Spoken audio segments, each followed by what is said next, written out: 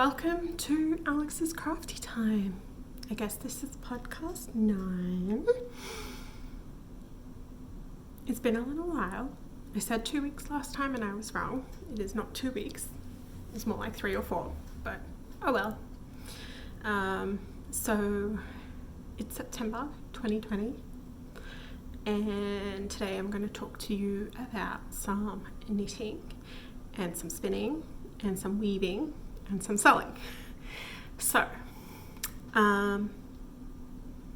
yeah, you can find me on the interwebs. I am Lexic112 on Instagram and Alexistar on Ravelry. All right, let's just get on with it then, shall we? So I have a finished object in knitting. It feels like it's been a little while and I hadn't even cast this on because I knitted in a few days. I made the Dragonflies hat by Joji Locatelli for the Joji Fall Cal 2020. It's like a cables and lace kind of pattern. It was really fun to knit and it went really quick. I did the big size. They all have the same amount of cast on stitches, but it changes how voluminous you want the top to be because I kind of wanted it to be more beret style. I tried to block it over a plate to get it into a beret style because you can see those beautiful crown decreases that on it. However, it didn't work so well, but I still think it's quite cute. It's just turned into a really slouchy hat. And I think it's probably more for decoration than warmth. However, this yarn that I used is a 50-50 bison or yak, no bison, and wool blend, so I guess it should be relatively warm. Anyway, I can kind of push it up and pretend like I'm in the 60s with like a turban, but yeah. So that's that hat. That's my first entry for the Joji Fall Knit Along 2020 and I'm pretty happy with it. Hats tend to be like my go-to project because they're quick and satisfying, and then I end up having 5 million hats, but the amount of yarn and effort means I'm less sad about giving them away. So yeah. And then I only have 2 whips at the moment. I'll start off with this one. So this is my Shifty, which you've seen before. Last time I showed it to you, I hadn't split for the arms yet. So I have now split for the armholes and progressed on the body. I believe I'm up to the stage in the pattern that if I was going directly with the length in the pattern, I would proceed to knitting the hem. However, I am going to knit it a bit longer than that because I'd prefer it to be hip length. I've had some issues with this, even though this is my second go round on this sweater. It fits much better now, but originally I had done all the increases, then I knit to the length that in the size that I'm making, which because my gauge was off, I should have knit longer. So I had ended up separating for the sleeves and knitting a bit for, and then trying it on and going, that's not going to fit around my arms. So I ended up knitting another 12 rows for the yoke depth. I also increased stitches across the front to make sure, the front and the arms, to make sure that I had enough room in the sleeves because seemed like they were going to be really tight otherwise, and I wanted like a bit more room at the front for the girls. So yeah, I've got a fair bit on that. It's on a bit of a hold at the moment because I'm knitting that in, it says it's a sport weight yarn, but because it seems to be very sort of lofty, it condenses a fair bit when you knit it. So I'm knitting it on US 1s, and that's 2.5 millimeter, and so it's a bit of slow going, and it's just on hold for now. I have to add a new ball of yarn in. I'm reversing the gradient down to the hip. Then my other knitting FO is for the Joji Fall Knit Along 2020, and I am actually making Like a Cloud, which I'm quite excited about because this has been on my wish list for over a year on my queue. Oops. So I've done the sleeves and I'm proceeding on the body, and the textured pattern looks quite soft and nice in this light. However, like my swatch which has it blocked out also has it in a bit more of a, I think it should grow and flatten out a little bit with blocking. So because of that, I'm actually going I'm using two yarns held together. This is like a Colormart lace weight superfine merino, and this is Deep Stash from like 2015. That is 50-50 camel and merino. It's really soft and smooth and kind of fuzzy. It's really nice to knit with. I'm still not sure about the color, so maybe I'll dye it after. I'll knit it the whole way through though first. And yeah, once I got to the end of that ball, I think what I'm going to do is put stoppers on my needles and block it, because I've got a feeling I actually knit too far to the armholes, so I might have to seam it up a little bit here before picking up for the arms, and then I can just pick up for the arms, make the knit the arms, and then just go for gold on the body until I run out or get bored, or it seems like an okay length. So I think I still got 4 balls of that yarn, this one left, and this is my second ball. So you get pretty good progress out of not so much yarn, which I'm quite pleased about. So that's like it for knitting. All of the other crafts seem to be taking up my focus at the moment. So really have to stop saying that. Yeah, so all the other crafts seem to be taking up my focus. I've done a fair bit of spinning since we last chatted, which always seems to be the way at the moment. I didn't realize how much I had done until I started putting my notes together, and I was like, huh, because I kind of had a little bit of a downturn in spinning since the first Tour de Fleece, and I've just been taking little breaks, but even with little breaks it seems like I've still gotten a lot done.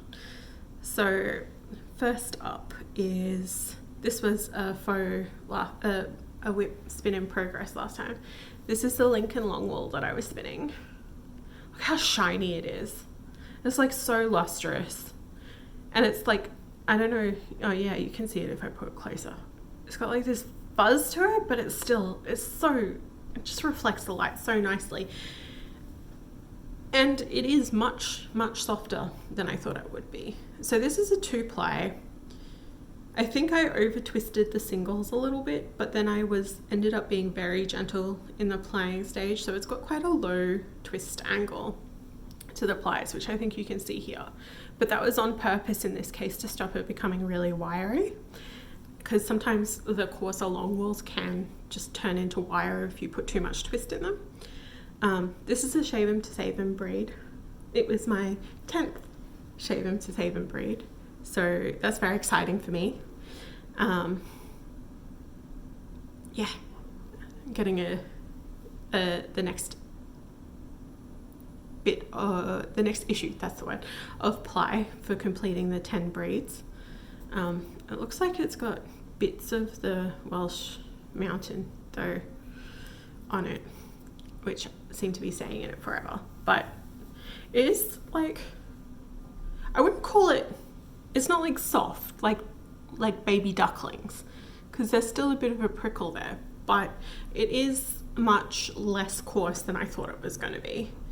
And I'm not sure what I want to use this for yet. I think it would be an excellent warp, because it was spun worsted and it doesn't like have a lot of stretch, and it is pretty strong. So, but I'm just like, I don't know, it's going to marinate in my stash for a little bit, I think, along with the Coatswold that I made. So I'm very happy with that. And then I got a whole bunch of fibre from an internet friend's de-stash, and surprisingly I have spun 2 of the things already, and I only got it last month. This was some Hobbeldy fibre that was, I guess they're like little nests of fibre because it was combed, I'm pretty sure, not carded prep. I'm not too sure if I like the way I've managed the colour in it because they had it all sort of blended together and it was delightful to spin. This is a Merino silk blend, 50-50, and it is, I'm much happier with it. Like, I've grown accustomed because I think I did a bad thing by splitting up the colours in the prep that they had because it just wasn't appealing to me, so I ended up splitting them all apart and then spinning the colours individually and then applying them together to get the barber poling. So you can see like there's some oranges and stuff in there, and for the most part, like, I have gotten more happier with it. Again, I don't know what this is going to be. It's I think it's only about like 50 grams, so it's only a small amount, so I think it might be good for an accent or maybe like part of a shawl in a stockinette section. It's relatively inconsistent spinning too, so you can see like this bit here is like quite fat, and then like this bit is much thinner. So yeah, I don't know, mixed feelings. Hey, sometimes things work out amazingly and some things they don't. So then I also did another skein which I called the Frankenspin, and that was out of the mill ends of Blueface Leicester. I'll put a picture in here. I thought the end skein was pretty much the ugliest thing I had ever seen in my life, but I'll talk to you a bit about that later because I actually used it. The good thing with thinking things are ugly means you're less worried about wasting them, and so it engenders all sorts of extra creativity. So it was very soft though, and it felt lovely. So even though it was the colours that I was like not sure about how I did it because I chain plied them, in the end I'm really pleased with how it's worked out. Then I also spun some Dorset Horn, which is another shave 'em to save 'em breed. I bought roving, but it came in bats. That's one thing. And the fibre prep itself was full of little neps where I just spent a lot of time picking them out because they wouldn't draft out. But having said that, despite the prep, I think this is a fibre that I am interested in trying again. It feels, so here are my skeins. It's quite bouncy. It didn't shrink as much as like some of the down breeds because I'm pretty sure this isn't a down breed. It feels more like just like a medium wool. So comparable to Corriedale, but even with the prep that I wasn't so sure of, I liked it to spin it much more than Corriedale. So I feel like it could be, it's got some good, you can see some good squish to it. And I got reasonable meterage or yardage or whatever out of it, but you can see like it's really fuzzy. So that's from all the neps in it.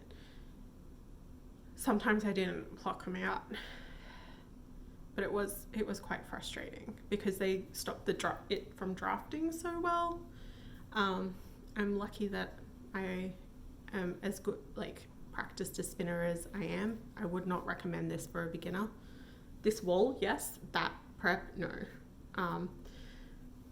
So it just, yeah, it feels like it would be sturdy, workhouse. It's like soft enough that I feel like it would be okay in collars and cuffs, so it might make a really good sweater that would be durable. This is 2-plied, I think. Oh, I love the wool wash I used. It is, I can't remember. I got it in a thing in the Philly yarn crawl thing that we did last year when that was a thing still. But it smells, it's so nice. Apart from the fact I think I've got similar problems with it as with like soak, where colours bleed in hot water. But if you're just washing natural stuff, it's really nice. I'll put it in the show notes what it is anyway. So yeah, with the Dorset Horn, I want to try this wool again, but maybe just get it raw so I can comb it or card it myself. I've got a feeling that it had neps and noils in it because maybe the staple should have been combed rather than carded, but we'll see. So following that, because I got 4 ounces of it in I bought 4 ounces. I think there might have been slightly more than 4 ounces when I ended up spinning it. From my friend's D-stash, she also had like not really a gradient, but it was like a combo of mini tops from Dorset Horn dyed in some different colors that were indie dyed. And so it was like 6 colors together, and I decided to spin it because then I figured, well, if I spin the natural colors and the dyed color together, or at the same time, I should be able to get a comparably weighted yarn and I can use them in the same project. So here's all my mini skeins. They're about 50 yards each, and you can see they're kind of, I was aiming for a DK, but I think I probably got closer to an Aran. And holy crap, the colors turned out so much better once it was spun compared to it. They looked kind of more matte and muted in the braids, but once, like, with the variation in the color, once it's applied together, it really makes it pop. So I'm really pleased with these. And they were comb top, no neps, delight to spin. And because they're still Dorset Horn, I think that's just lends me to think maybe more I'm going to get some of this wool when I'm buying more. Well, I kind of went a bit overboard, so I need to use what I got for a little while. But yeah, so I think I don't have, wait, do I have, no. So there's those 2, and then here's the Au Naturel. And maybe I can make it go a bit further and weave it rather than knit it. Because I think this together, like if depending on the order, it could make a pretty cool warp, and then I could weave it natural, like with the natural as the weft. But I'd have to use a color catcher in it because I think like some of those might bleed a little bit, and then the weft could be an interesting color. Yes, so that's that. And then my one last spinning finished object is this guy. This is my most recent finished object. It's so it's Cheviot, and I've never actually spun Cheviot before. And so there's an indie dyer who is in Virginia where I am, and she was having a sale, and she had some hand-dyed Cheviot, and like this was her lilac colorway. It was delightful fiber. It was not matted. So this is her company, Flannel Cakes. Very reasonably priced for the Cheviot, and delight to spin. So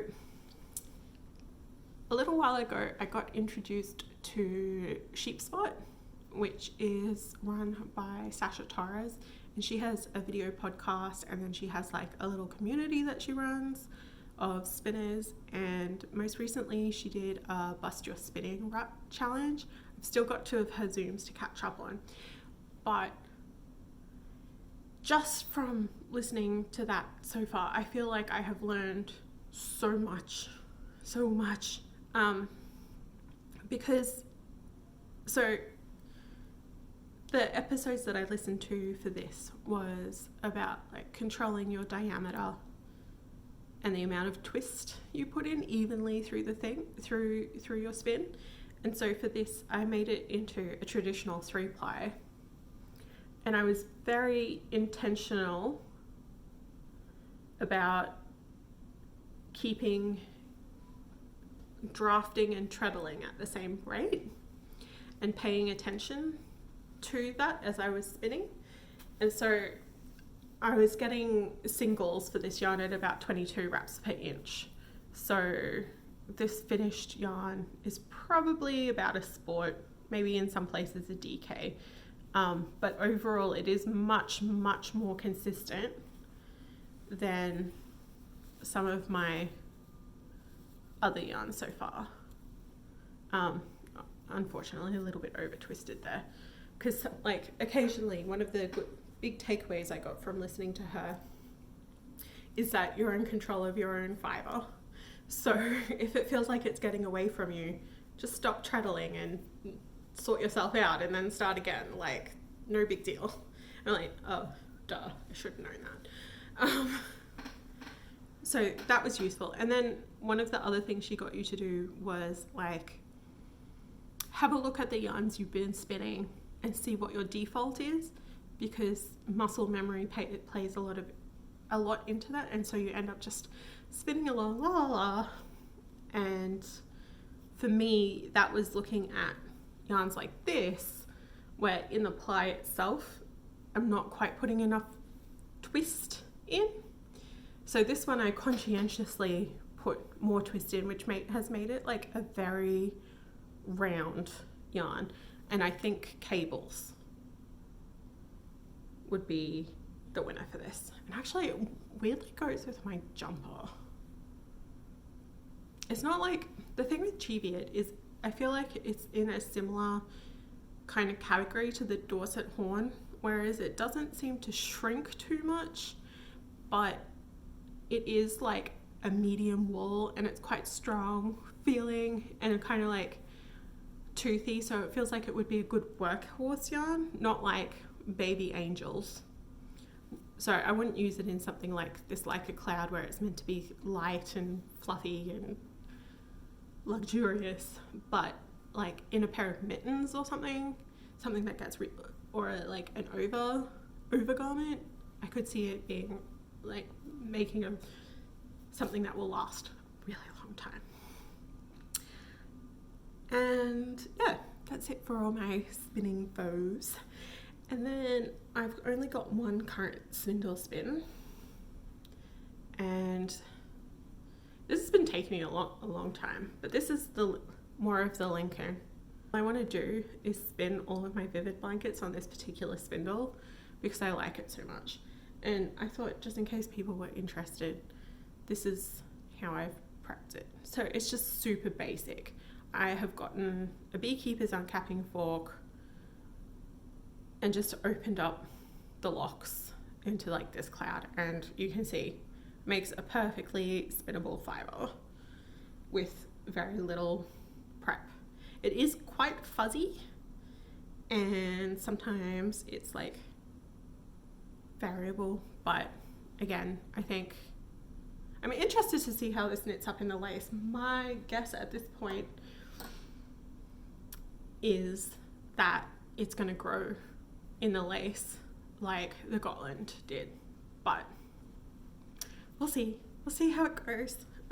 So I don't have that much more of that to spin, and then I'll have to start something new. So I think next month I'll probably spin some Shropshire Shropshire. For some reason in my brain it has to be said in a silly voice, and that's another shave him to save him, and then I can kind of audition that a little bit more for when I want to wheel spin it. I've spun a few samples already, so this is just one ply. It's again, it has a bit more elasticity I think than the Dorset Horn, but it is still like definitely not like a next to skin kind of yarn. I would put it in that strong medium wool category as well. Like it might actually be a little bit too coarse for me to wear it as a sweater unless I did something like aligning in the collars and cuffs. But yeah, I'll have a bit more of a play with it. So that's the sample that I did on my wheel just to see what I thought. This has been washed too. Yeah, so a little bit of extra, some spinning plans. I also bought it was New Jersey Sheep and Wool like 2 weekends ago, and they did a virtual event. And one of the farms had a BFL Texel blend that I thought could be quite nice. And I couldn't resist a deal. I ended up buying a sweater quantity because at some point I want to do a sweater spin, and I thought that should give me a fair bit of flexibility to do that. So that's on the books. I've got a few things. I also because this was my most recent spin and it was trying to be consistent, I feel like making some sort of crazy art yarn too, because I can. So I can do anything I want. We'll see. I have a lot of dreaming and like miscellaneous progress. So one of the things that I kind of jumped into on a whim recently was this 5-day creative cloth challenge that was run by Amy McKnight, and it was on Rigid Heddle, and it's kind of like a social learning thing, and it was also to advertise her creative weavers hub that she has just launched, which I'm thinking about still. Because I have limited time, and I feel like at the moment I just want to play around a bit. But so part of that was just she did live videos each night for like 5 nights, and then talking about like helping you to think about the pushing the limits of your rigid heddle, because really, like,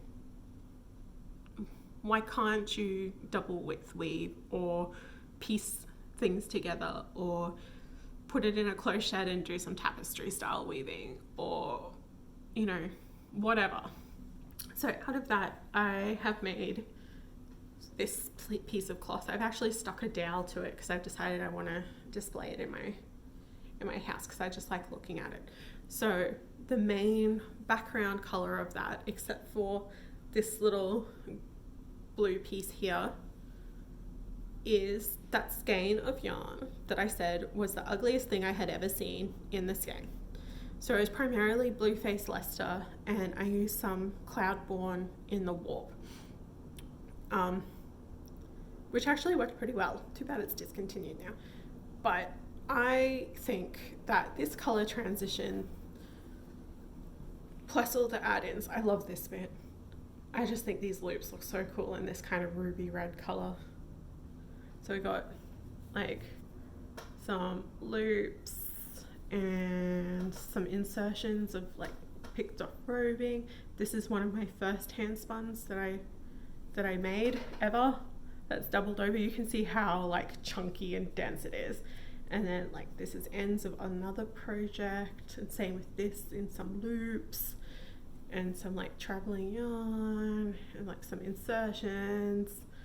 And then this was like, I was trying to do some of the braids that I had learned in circle weaving, and yeah, and then I had to go at doing Danish medallions, and this is like messing with the fell line and then rebuilding it so it's straight. I love these colors so much. It's just, if I could make a skein that was like just this bit, oh, it'd be so good. But yeah, it was really helpful because it just goes to show how much mindset is what ends up limiting you creatively to do things. And because in doing that challenge, I felt like I gave myself permission just to play. It was so freeing, and I highly recommend. She's doing a YouTube series at the moment, so I highly recommend giving her a watch if rigid heddle weaving is, or just weaving in general, is something you're interested in. So yeah, I'm so pleased with how it turned out, and it just goes to show that, like, I'm pretty sure that skein of yarn would have made something like really ugly knitted, but woven, it really worked. I still have a bit of warp left over from that too on my rigid heddle loom. And I think what I'm going to do is relax my beat a little bit so it's not so densely packed in, and use some more hand spin that's of probably comparable weight to the warp, so it'll be more of a balanced weave as opposed to like weft dominant. And then my plan at the moment is to use a bunch of hand spun that I've got left and do a traveling inlay on it that sort of helps to transition the colors through it, and it'll go from like this red orange through to blue to like maybe white, and then depending if it's soft, like fluid enough, sew the ends together and it'll be a cowl. But dream weaving, so we'll see what happens. Yeah, and so I have just a little bit more to chat with you about. So I've been doing some sewing. I had to clean my sewing machine from this table because the kitchen table is where I do everything apparently. And so I actually sewed this sweater that I'm wearing at the moment. I'll stand up so you can see it. Ta-da! See, this is my habit. I end up pushing sleeves up all the time. And it's got like this kangaroo pouch, which I sewed a bit wonkety. This is McCalls M7061. And this is like just a mystery knit. And I'm pretty sure it's polyester. And I'm pretty sure like this ginormous loud floral would have been better in a dress, because I feel like there's so much going on. It's like this giant body with like a tiny pinhead on top of it, but at the same time it's really comfortable. And see, it's fall now. Yay! Fall! We've opened the window and then I've been able to wear it, and it's like just comfy, and it has like this pocket so I can put my phone or lip balm in it. It's really exciting. So McCalls 7061. It looks like pajamas in this, but I could only find this pattern because I wanted a basic straight up and down sweater with a cowl neck, because my favoritist sweater in the world is too small for me, and it's like 20 years old, and I'm a grub, so it's got like some stains on it, and it was secondhand when I got it. No, third hand, because I stole it from my mom when I was like 12. But it has a very similar construction to this, except it doesn't have a pouch pocket. It's got just like side pockets on it. So I need to figure out how to make that difference. So yeah, I'm going to make some more of these. The only thing is, I think I'd like the cowl neck to be a little bit smaller, because it is just ginormous. And I feel like it would be better if it just finished about here. And then it might actually sit a bit less weirdly. I should be able to figure out how to do that pretty easily.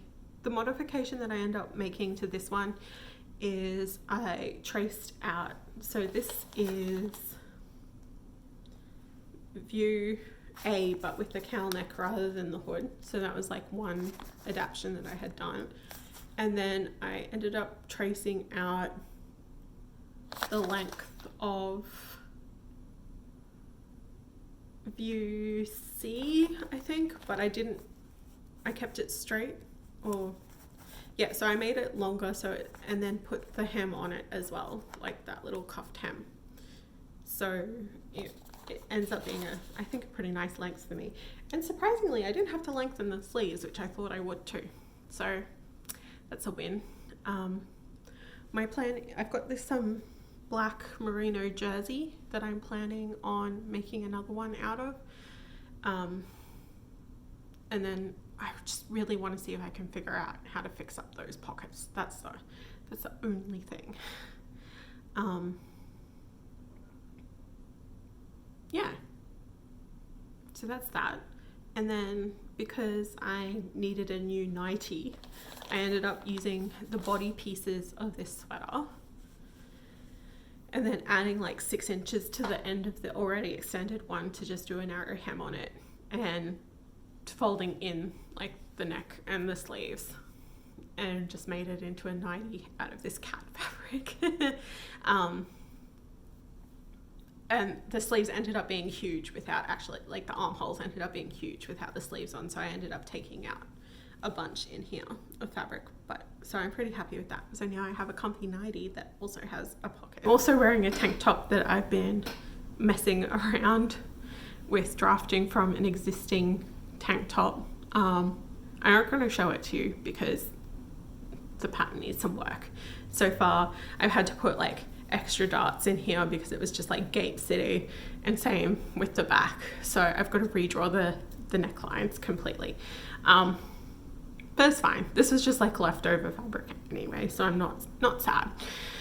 And it's clearly wearable and it's comfortable. Yeah, and then I've been making one other pattern, which is view B on this simplicity pattern. This is a pattern that I've made before while I was living in Australia, and I wore the heck out of it. It calls for a zipper up the back, but I ended up just cutting it on the fold, and I got a little bit of extra space out of it, which was good. And unfortunately, basically none of my clothes fit anymore, so I need to remake things. And so it was useful having 2 previous iterations of this to try and see where I wanted to make changes. So what I ended up doing is messing around with doing a full bust adjustment on it. If you don't know, most of the time commercial patterns are designed for a B cut, and this is definitely, it's got a fair bit of ease in it, but it is designed for a smaller bust. So what I ended up doing was making the same size that I had made previously, which I believe was the 22. So according to this, the bust measurement for a 22 is 44 inches. And if you assume that is a B cut, then what I ended up doing was I actually added 1.5 inches to it, because with the ease it ends up being like 48.5 inches across the bust, and it was just a little bit too tight across the hips and the bust and the belly for me. So doing the full bust adjustment, getting the French darts right on that was really tricky, but basically meant that it sorted out the gaping that I was having in the neck and in the arms, gave me more room across the fullness of my bust, across my belly, and enough room in the hips that I could move better. So there's a couple more patterns that I want to make because I need to sew myself some new blouses that I think I bought some new McCalls patterns that actually go up to a D cup in the drafting, so that's kind of exciting for me. And then I've got some that don't, but I think I'm gonna have a go at doing a full bust adjustment on those 2. And then I should have some new shirts, and it'll be exciting because yay, shirts. And yeah, been keeping busy with all of those bits and pieces.